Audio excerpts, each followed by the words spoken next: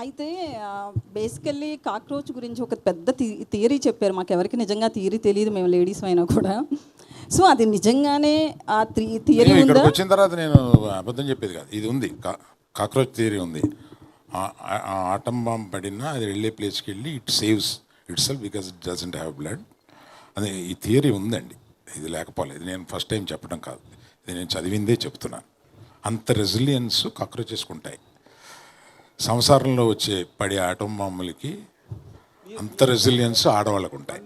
మీరు ఇందాక నుంచి చెప్తున్న దానిలో ఏం రిఫ్లెక్ట్ అవుతున్నదంటే ఆడవాళ్ళు కాక్రోచెస్ లాంటి వాళ్ళని రిఫ్లెక్ట్ అవుతున్నది.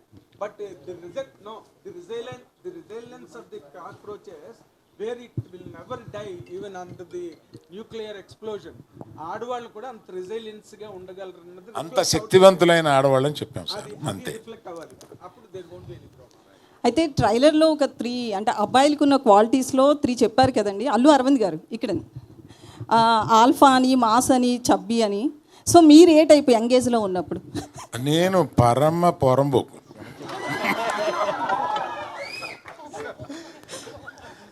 చాలా ఒక్క మాటతో చెప్పాను. అందుకే ఇప్పుడు కూడా స్టేజ్ మీద అక్కడక్కడ మీ చిలిపి చేష్టలు కనిపిస్తాయి. పరమ రౌడీ బాయ్స్లోకి వచ్చానండి నేను. అలా పెరిగి వచ్చి ఆ తర్వాత అది కరెక్ట్ కాదేమో అనుకుని ఇక్కడ సెటిల్ అయ్యి పెద్ద మనిషి అయ్యి ఇప్పుడు పెద్ద మనిషి వేషాలు వేస్తున్నాను అంతే. అరవింద్ గారు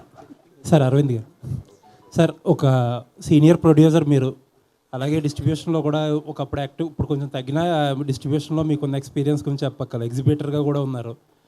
ఇండస్ట్రీలో ఏం జరుగుతుంది సార్? చాలామంది ఏదో ఇప్పుడు ఒక ప్యానిక్గా ఆల్ ఆఫ్ సడన్ సినిమాలు ఆడట్లేదు, కొంచెం హ్యాపెనింగ్ హీరోస్ కూడా జనాలు ఓపెనింగ్ రావట్లేదు, ఏం చేయాలి ఎలా చేయాలని చెప్పి చాలా భర్జన పడుతున్నారు. ఏం జరుగుతుంది సార్ ఇండస్ట్రీలో? ఇది చాలా పెద్ద టాపిక్ అండి మీరు అడిగింది. నేను మాట్లాడటం మొదలు పెడితే అది ఒక 20 నిమిషాలు మాట్లాడాల్సి వస్తుంది. ఇంకో సందర్భంగా మాట్లాడతాను. మీకు మట్టుకు మీరు అడిగిన దానికి చిన్న బ్రీఫ్గా చెప్తానండి. మనకి కోవిడ్ వచ్చి అదృష్టం వల్ల దురదృష్టం వల్ల ఓటీటీ అనే దానికి అలవాటు పడ్డాం. ఆ ఓటీటీ దానికి అలవాటు పడడం వల్ల వచ్చిన ఇబ్బందులు ఇవన్నీ.